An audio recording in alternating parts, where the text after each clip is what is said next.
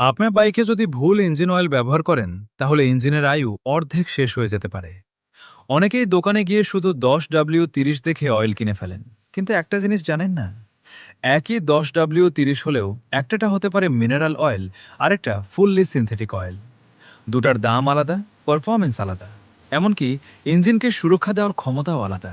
তাহলে প্রশ্ন হলো, আপনার বাইকের জন্য কোনটা সবচেয়ে ভালো? আজকের ভিডিওতে মাত্র কয়েক মিনিটে সব পরিষ্কার করে দিচ্ছি। প্রথমে বুঝে নেই মিনারেল অয়েল কি। মিনারেল অয়েল মূলত ক্রুড অয়েল থেকে সরাসরি পরিশোধন করে তৈরি করা হয়। এটা বাজারের সবচেয়ে সস্তা ধরনের ইঞ্জিন অয়েল।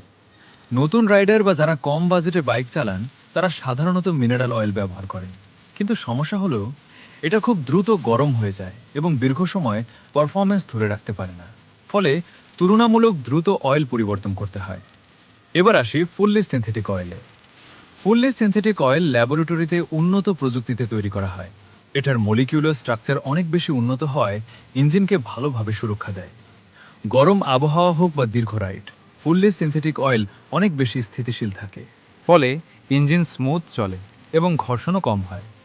এখন চলুন দুটাকে সরাসরি তুলনা করি।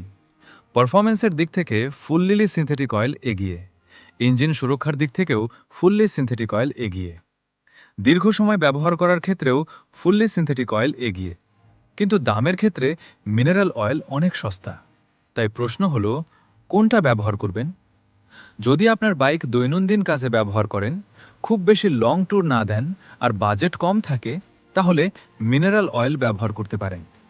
কিন্তু যদি আপনি নিয়মিত বাইক চালান, লং রাইড করেন, ইঞ্জিনের সর্বোচ্চ পারফরম্যান্স চান, তাহলে ফুললি সিনথেটিক অয়েল আপনার জন্য ভালো অপশন।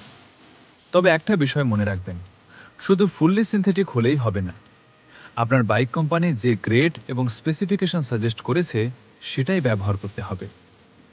এখন কমেন্টে বলুন, আপনি বর্তমানে মিনারেল অয়েল ব্যবহার করেন নাকি ফুললি সিনথেটিক অয়েল। আর এমন বাইক সম্পর্কিত তথ্যবহুল ভিডিও পেতে এখনই রবি ভাই চ্যানেলটি ফলো করুন। দেখা হবে পরের ভিডিওতে।